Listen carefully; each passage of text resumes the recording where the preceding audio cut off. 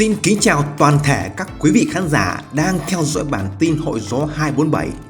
Và ngày hôm qua, trên thế giới đã diễn ra kỳ thi đánh giá năng lực tiếng Nhật hay có tên viết tắt tiếng Anh là GLPT. Hòa chung không khí đó thì tại Việt Nam chúng ta cũng được tổ chức tại 4 thành phố lớn như Hà Nội, Huế, Đà Nẵng và thành phố Hồ Chí Minh.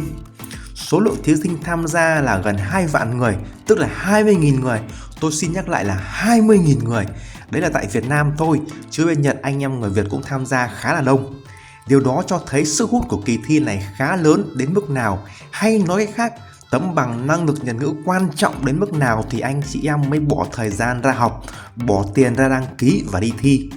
Việc giải thích tấm bằng này quan trọng ra sao thì em xin phép hẹn các sếp vào số khác. Bây giờ em xin phép quay lại nội dung của số này.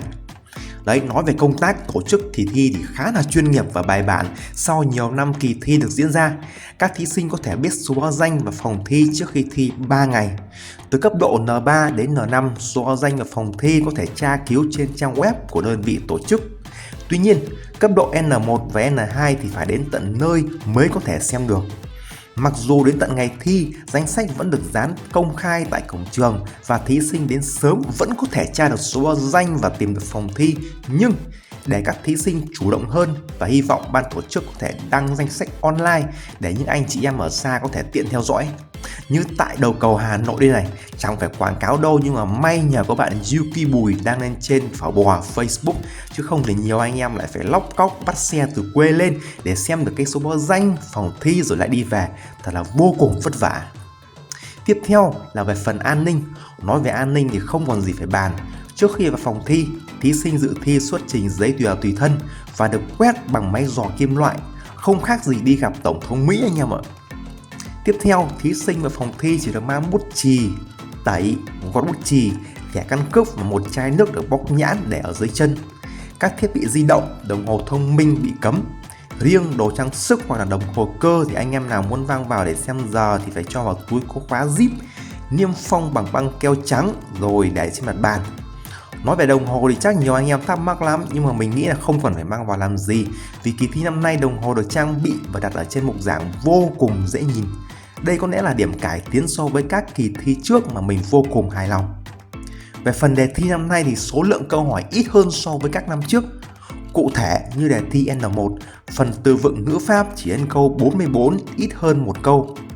Phần đọc hiểu từ câu 45 đến câu 66 ít hơn 4 câu. Phần nghe số lượng cũng giảm ở mỗi bài. Việc giảm số câu hỏi phản ánh điều gì? Chắc chắn là anh em sẽ vui mừng khi thời gian làm bài sẽ dư rả đúng không? Đừng vội mừng anh em ạ. Đây mới chỉ là bề nổi khiến cho anh em bị ảo giác như là phê heroin thôi. Hãy lắng nghe nhé. Chúng ta có thể thấy tổng số điểm là không đổi, vẫn là 180. Do đó, số điểm của mỗi câu là sẽ tăng lên. Anh em thấy có mùi chưa? Mùi chưa? Nếu chưa thì hãy hít thở sâu và sau đó thật tập trung để em giải thích cho anh em thấy điều ẩn giấu trong này. Mỗi câu có điểm cao khi anh em làm đúng thì anh em sẽ ăn đậm luôn đấy. Điều này vô cùng quý. Nhưng ngược lại, nếu tạch thì sao? Nếu chọn sai thì sao? Thì đau vô cùng anh em ạ. Không khác gì mà đi xe đạp, sau đó gửi xe, lúc đi về thì lại bị mất yên như mấy thanh niên bên Nhật vẫn phàn nàn. Nói sâu hơn nữa thì đề thi này sẽ phân hóa rất mạnh thí sinh. Điểm cao là cao hẳn và điểm thấp là thấp hẳn. Về nội dung của đề thi thì các cấp độ từ N2 đến N5 muốn chắc chắn đỗ cho nên đạt điểm tuyệt đối hay là 180/180 thì chỉ còn cách là học lên trên một cấp độ. Cụ thể, nếu anh em muốn chắc chắn đỗ N5 thì phải học đến N4 chẳng hạn. Còn N1 năm nay thì có rất nhiều câu có từ vựng này, ngữ pháp này nằm ngoài những sách ôn tập chiều trước đến đây như Mimikara hay Shinkansen hay là Choi.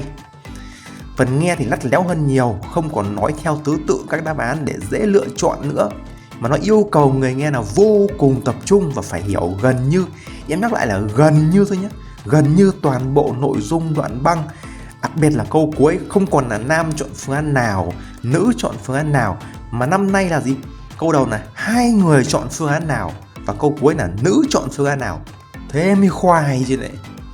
Do đó giải pháp duy nhất là phải học nghiêm túc, chắc chắn, luyện kỹ năng làm bài thật nhuần nhuyễn để có thể đạt kết quả tốt nhất mà thôi anh em ạ. Hy vọng rằng là mọi điều may mắn sẽ đến với các anh chị em. Bây giờ xin chào và hẹn gặp lại. Bye bye!